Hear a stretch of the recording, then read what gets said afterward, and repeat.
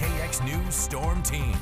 Welcome back to KX News at noon. I'm meteorologist Michael Gonzalez, and we're taking a look at generally overcast skies across a lot of North Dakota, but the rain and showers and thunderstorms are starting to taper off at least somewhat. Just overcast skies and temperatures there in the mid-60s. Take a look at the radar. A thunder shower actually did just roll through Bismarck about an hour and a half ago, and it just continues to truck on down I-94 to our east, right around the Steel area at the moment. But this is really about it, I think, for at least the next few hours, this little batch of showers and thunderstorms. We're already starting to see a few patches of clearing skies out towards Williston and Dickinson. Could still see a few sprinkles or weak showers, maybe even an isolated rumble of thunder for the remainder of the afternoon and into the evening. But I really think things should be quiet as we push towards the remainder of your Tuesday afternoon and evening. The overall pattern honestly looks fairly similar to how it did yesterday. We once again have a low pressure system well off to our southwest.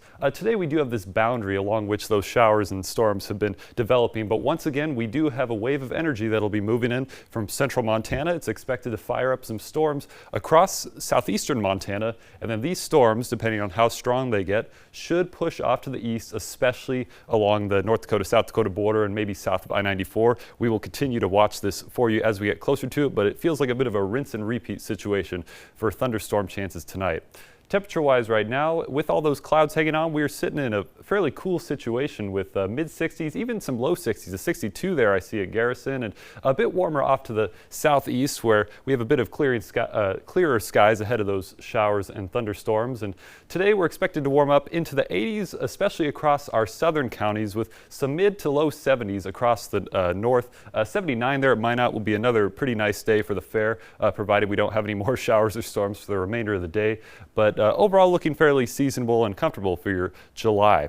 So now Precision Cast will walk us through what we're going to be looking at for this evening. So again, it's kind of a rinse and repeat situation as far as thunderstorms go. Could still see a few showers and weak rumbles of thunder earlier in the afternoon, maybe around 4 p.m. or so. But once again, as we push towards the 8 to 9 p.m. hour, we're going to be watching these storms start to fire up over towards Miles City, Montana, southeast Montana.